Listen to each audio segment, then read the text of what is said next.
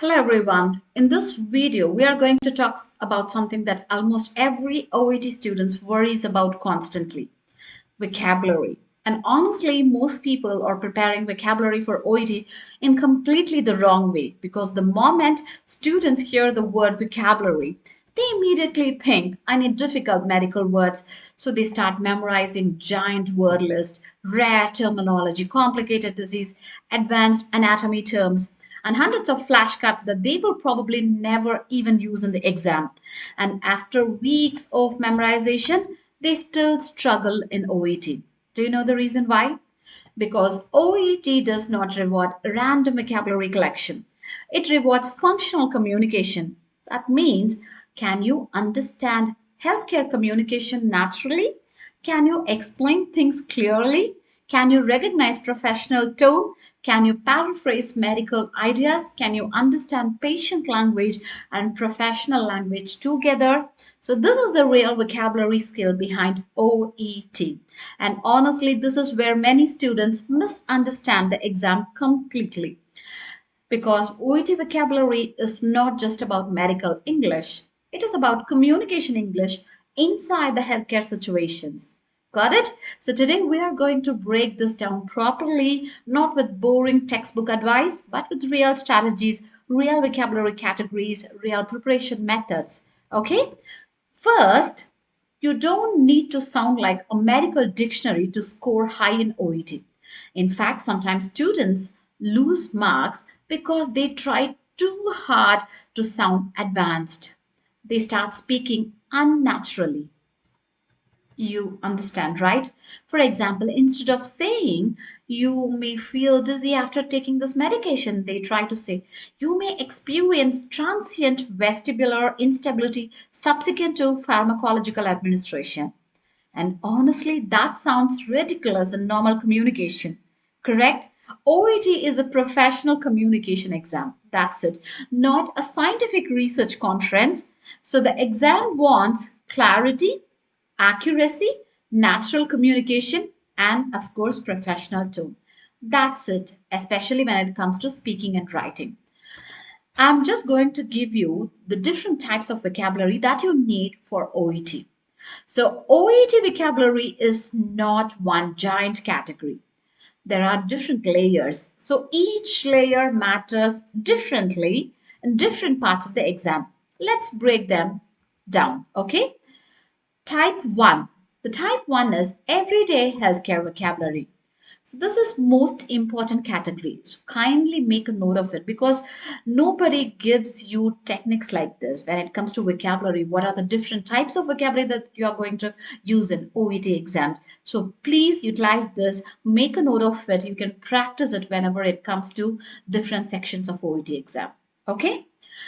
More important than complex medical terminology. So, this is the important category. Healthcare professionals communicate with patients using simple, understandable language like words like symptoms, treatments, appointment, medication, recovery, infections, swelling, pain, discomfort, side effects, improve, monitor, diagnosis, examination. So these words appear constantly across your listening exam, reading exam, writing, and speaking exam. But the problem is, students often ignore these words because they seem too basic for them. But OET repeatedly tests them in different forms. Example, instead of memorizing hypertension, you can also learn high blood pressure, right? Because patients may use any one version, while healthcare staff use another version. So OET loves these communication shift between professional language and patient friendly language. You have to be very careful. You cannot use the professional language with the patients. They are not aware of that, right? And you can use the professional language in your professional context. That's absolutely fine. So don't mix these two things, okay? And the type 2 is patient language versus professional language. So, as I told you, again, the important thing. So, this is one of the biggest hidden vocabulary skills in OET. Patients rarely speak like textbooks. They say, my chest feels tight, I feel weak, My stomach feels funny. I can't catch my breath. I've been throwing up, right? But healthcare professionals may describe those same issues differently. For example, if the patient says, I feel like the room is spinning for me, that means the medical meaning is dizziness or vertigo. Patient says, like, I've been out of breath lately, that means it's shortness of breath, right? So, OET listening, especially, you must understand both words simultaneously.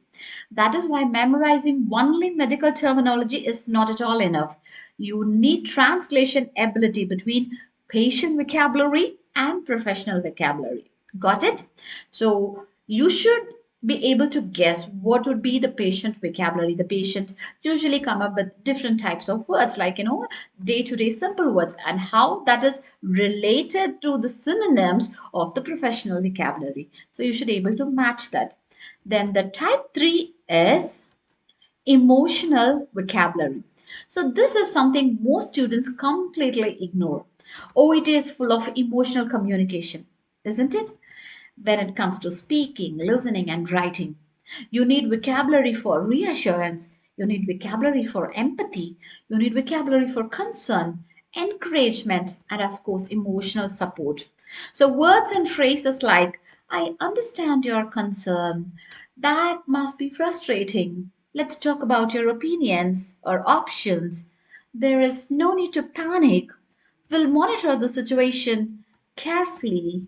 So these type of phrases, they are not just nice phrases. These are professional communication tools.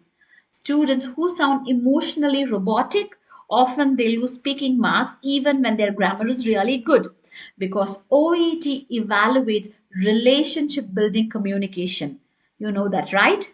So please be mindful when using the vocabulary, especially emotional vocabulary. Then comes the workplace vocabulary. So this is the type 4. This one comes in the professional workplace English. Okay, so this becomes especially important for reading part B, listening and writing. So you need vocabulary related to hospital procedures, schedules, referrals, policies, teamwork, documentation, and discharge planning, workplace communication, so on and so. Words such as referral, consultation, follow up, admission, discharge, assessment, recommendation, transfer, supervise, coordinate, observe, monitor. So these words appear constantly in professional healthcare communication. Okay. And the type 5 is academic and opinion vocabulary. Now, this is extremely important for reading part C and some listening sections too. So, you must understand words used in opinions, arguments, research discussions, healthcare debates, and professional viewpoints. So, if you encounter words like evidence, effectiveness, concern, approach, recommendation, perspective, limitation, priority, you have to be really careful, right? Because reading part C becomes much easier once you improve this vocabulary category. Many students struggle not because the English is too hard, because they cannot follow academic opinion language naturally. So there are some opinion languages that you have to be well versed with. Okay. And let me tell you the biggest vocabulary mistake OET students make. Yes. Students study vocabulary separately from context. That is not going to work out. That almost never works long term. Your brain remembers vocabulary much faster when emotion, situation, and context all are connected together, isn't it? For example, instead of memorizing prescribe, learn it inside the communication, like the doctor prescribed antibiotics for the infection. So if you remember like this, then your brain remembers stories and situations better than the isolated words. So whenever you're learning any vocabulary, try to communicate with the context. So that's how exactly native speakers learn vocabulary too. Okay. Now let me tell you how to actually prepare vocabulary for OET. And honestly, this is where most students waste huge amounts of time. So method one is stop memorizing endless list. This is extremely important. Huge vocabulary List means it creates short-term memory but weak real usage. Instead, you can study vocabulary in categories, right? Like pain vocabulary, you can categorize symptoms vocabularies like that.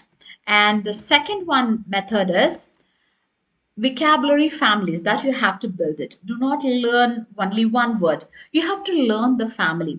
Example, treat, treatment, treated, untreated, or examine, examination, examiner. Got it? So this massively improves reading speed, writing flexibility, and listening recognition. So this way, if you prepare your vocabularies, then definitely your score will boost up. That's all for today's video. Kindly like, share, and subscribe for more OET tips. See you in the next video. Bye-bye.